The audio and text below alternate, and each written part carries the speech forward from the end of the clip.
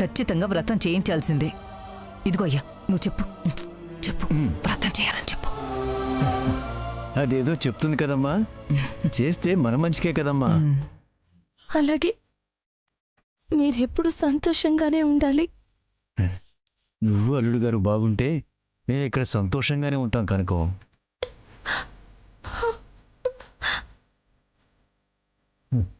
సర్లే, వస్తున్నాం కదా, వచ్చాక మాట్లాడుకుందాం. ఉంటానమ్మా.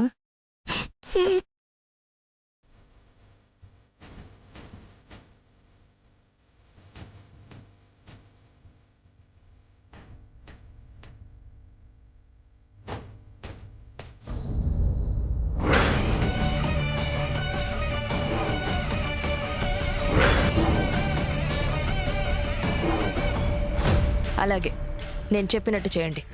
ఉంటాను. సహస్ర, ఆ లక్ష్మిని మండపం దగ్గరికి తీసుకొచ్చారా? ఇంకా లేదు పిన్ని. నాకెందుకో ఆ లక్ష్మిని చూస్తుంటే ఏదో అనుమానంగా ఉంది.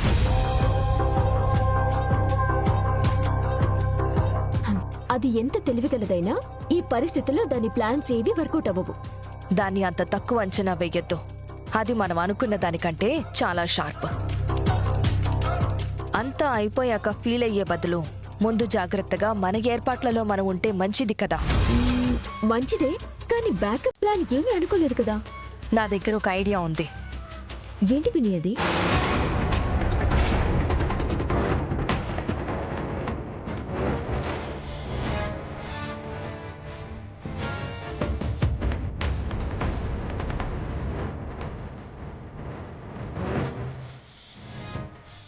అది నా ప్లాన్.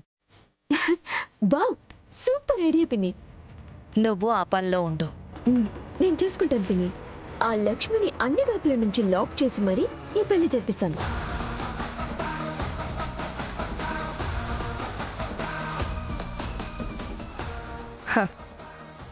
లక్ష్మి, ఈ పెళ్లిని ఎలాగైనా జరిపిస్తాను. నిన్ను దగ్గరుండి అమెరికా పంపిస్తాను. ఆ తర్వాత మా కంపెనీలో నా పొజిషన్ని, పవర్ని తిరిగి సాధిస్తాను.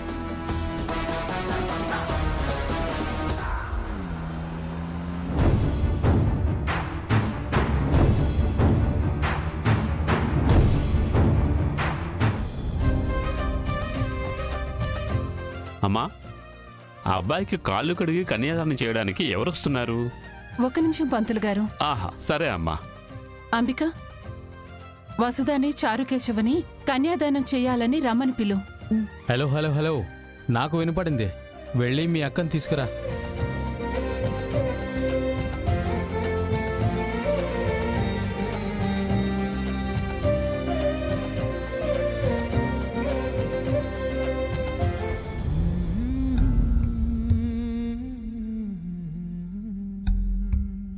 ఒకడు చేసిన మోసం వల్ల మన మధ్య బంధం ఏర్పడిందే కానీ ఆ బంధానికి కారణం మన ఇష్టాలు కాదు.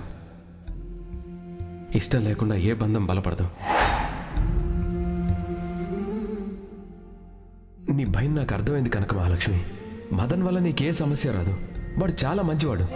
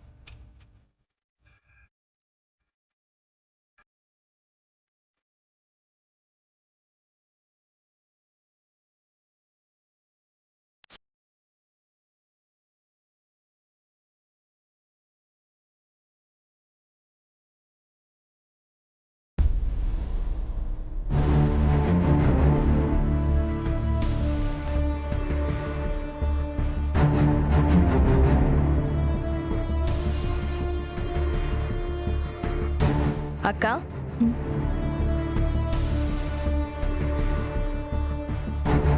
ఇక్కడేం చేస్తున్నావు? చిన్న పనుండొచ్చాను అంబిక. ఆ, రా, అక్కడ నిన్ను పిలుస్తున్నారు. నన్నా? ఎందుకు? యమునా వదిన మదన్కి కాళ్ళు కడిగి కన్యాదానం నువ్వు బావ చెయ్యాలని పిలుస్తున్నారు.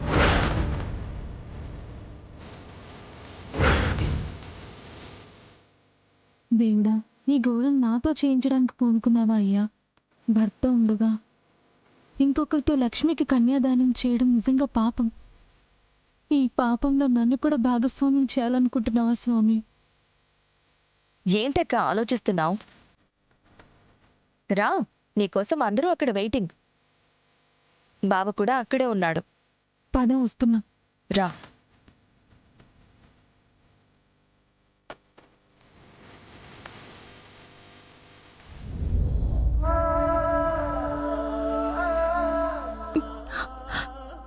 విహారీ బాబు గారు, ఈ పెళ్ళి ఈ సమస్యకి పరిష్కారం అని చెప్తున్నారు. యమునమ్మ గారు, ఈ పెళ్లితో కష్టాలన్నీ తీరిపోతాయని అంటున్నారు. మదన్ బాబు నాతో పెళ్లి జరగకపోతే చచ్చిపోతానని అంటున్నారు. నా సమస్యకి పరిష్కారం ఈ పెళ్లి కాదు, నా చావు.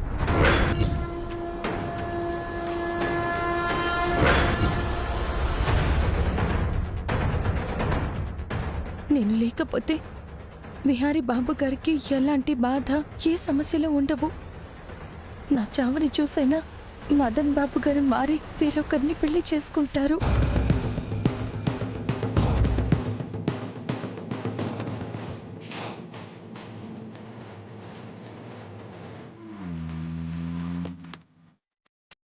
అమ్మా, నాన్న, నన్ను క్షమించండి.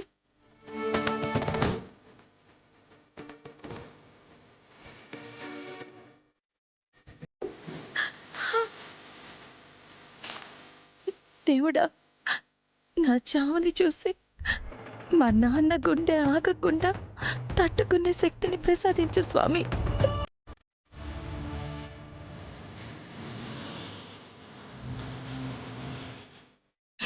ఇది నా చివరి కోరిక.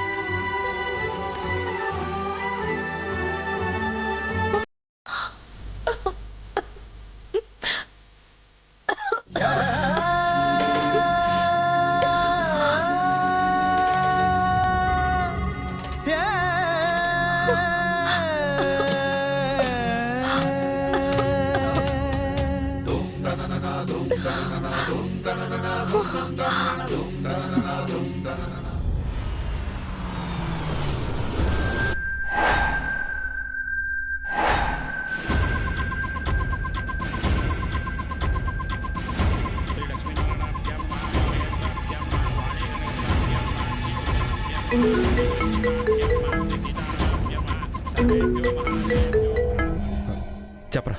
రే, వచ్చేసాం రా. పెళ్లి జరిగే గుడి కాకుండా పక్కనే ఇంకో గుడి ఉంది కదా, అక్కడికి లక్ష్మి వాళ్ళ పేరెంట్స్ని తీసుకొనిరా, నేను వస్తున్నాను. అలాగేరా. బావా ఎక్కడికి బావా? ఆ, ఆ, మదన్ ఫ్రెండ్ ఎవరికో అడ్రస్ తెలియట్లేదంట, నేను వెళ్ళి తీసుకొస్తాను. సరే త్వరగా వచ్చేయ్. నువ్వు కనపడకపోతే మదన్ నిన్నే అడుగుతాడు. ఉం?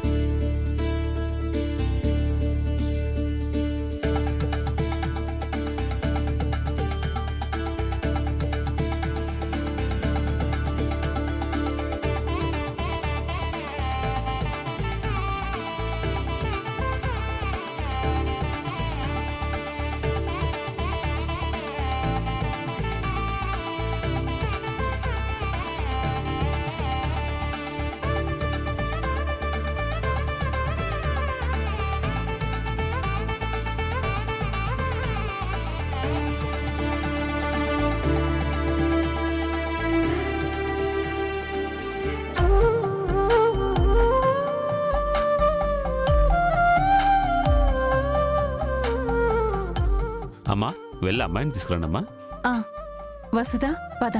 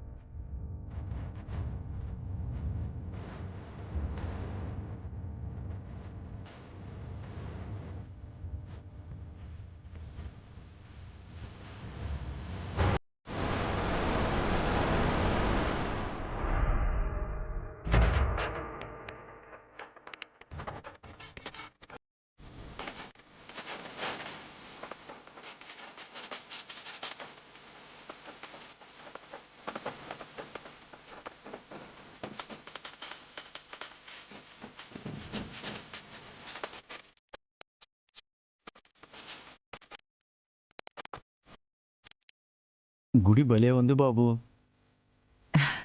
ఇది చాలా పెద్ద గుడి అనుకుంటా అండి. మ్మ్.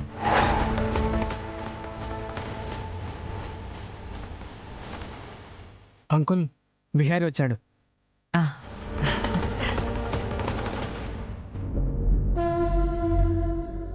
నమస్తే మావయ్య. అల్లుడు గారు నమస్కారం. బాగున్నారా? మీరే కొంచెం చిక్కిపోయినట్టున్నారు. పెళ్ళైతే ఎవరైనా ఒళ్ళు చేస్తారు. మీరేంటి బాబు ఇలా చిక్కిపోయారు? ఆ, ఆ, అదేం లేదు, నేను అప్పుడు ఇప్పుడు ఒకేలా ఉన్నాను. అల్లుడు గారు, మా కనకమేది?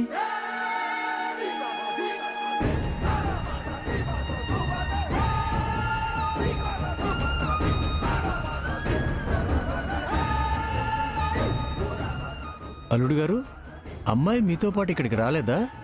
మావయ్య మీరు కొంచెం సేపు వెయిట్ చేస్తే తనను చూడొచ్చు మావయ్య. నా కూతురు ఎలా ఉందో ఏంటో.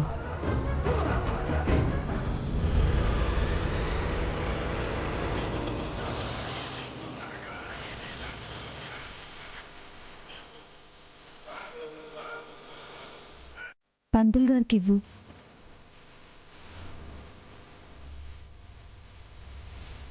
కూర్చోము.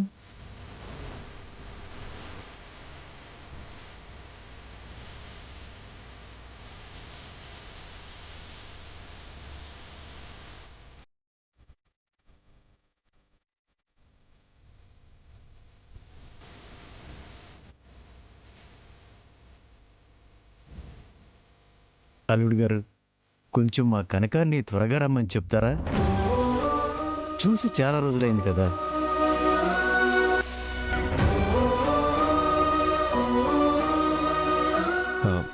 అత్తయ్య మావయ్య మీరు నాతో పాటు రండి. ఎక్కడికి బాబు? చెప్తాను రండి.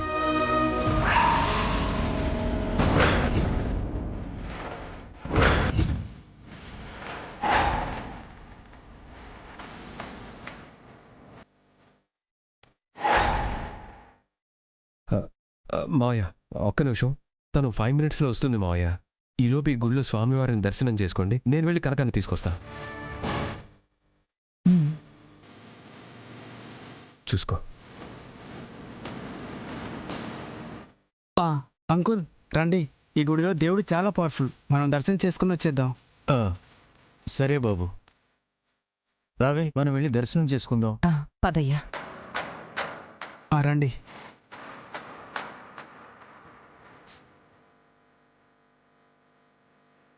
నమస్తే స్వామి. వృధా ప్రయత్నం చేస్తున్నావు.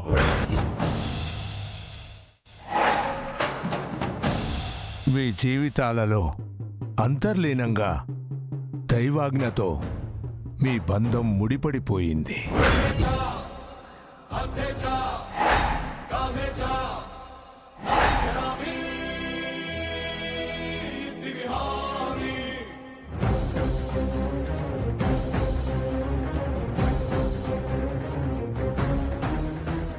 ఆ బంధాన్ని ముల్లోకాలు ఏకమైన విడదీయలేరు.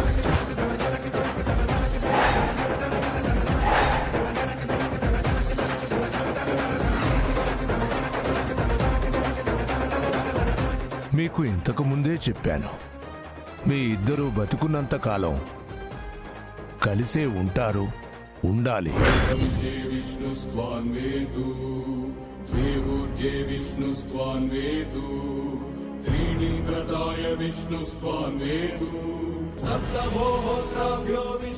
ఒక్కసారి దైవాజ్ఞను ధిక్కరించి దానికి ప్రతిఫలంగా మృత్యువును చూసొచ్చావు. అయినా నీవింక మారలేదా? మళ్ళీ ఇప్పుడు తన మాంగళ్య బలాన్ని పరీక్షిస్తున్నావు. దానికి ప్రతిఫలంగా శిక్ష అనుభవిస్తావు.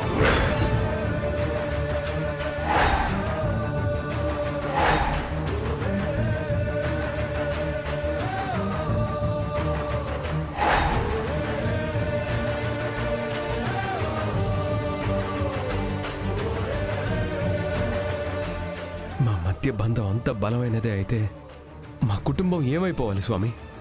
విడిపోయిన కుటుంబాన్ని కలపాలని అడిగిన మా తాతయ్య కోరిక ఏమైపోవాలి? మా తాతయ్యకి నేను ఇచ్చిన మాట ఏమైపోవాలి? మా బంధం ఎప్పటికీ కలిసే ఉంటే మరి నన్నే నమ్ముకున్న సహస్ర పరిస్థితి ఏంటి? నేను దక్కకపోతే చచ్చిపోతానంటుంది స్వామి. మరి నేనేం చెయ్యాలి? వాళ్ళ కర్మఫలం తలరాత ఎలా ఉంటే అలా జరుగుతుంది. స్వామి, ఆ కర్మఫలం, ఆ తలరాత ఏంటో కూడా చెప్పండి స్వామి. అదే తెలిసిపోతే ఈ జగన్నాటకం ఎందుకు? ఆ దైవం ఎందుకు? నేను రావడం ఎందుకు?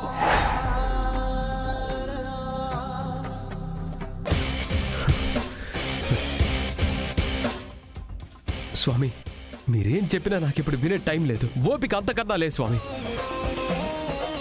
మీకు ఇష్టమైన వైపు మీరు అనుకూలంగా మాట్లాడేస్తూ ఉంటారు. వినటం అయితే నా వల్ల కాదు స్వామి.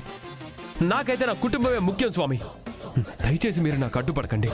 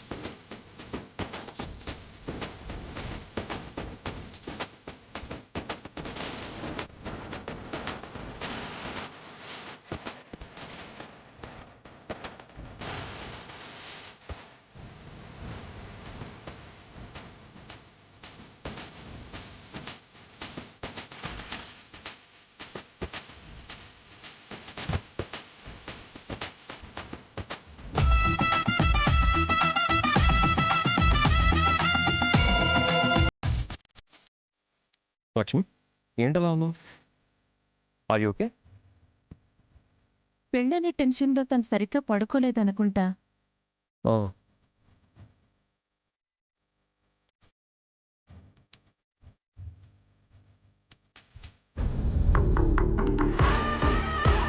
ఇక అది ఏం చేసినా ఈ పెళ్లి ఆగదు పిన్ని.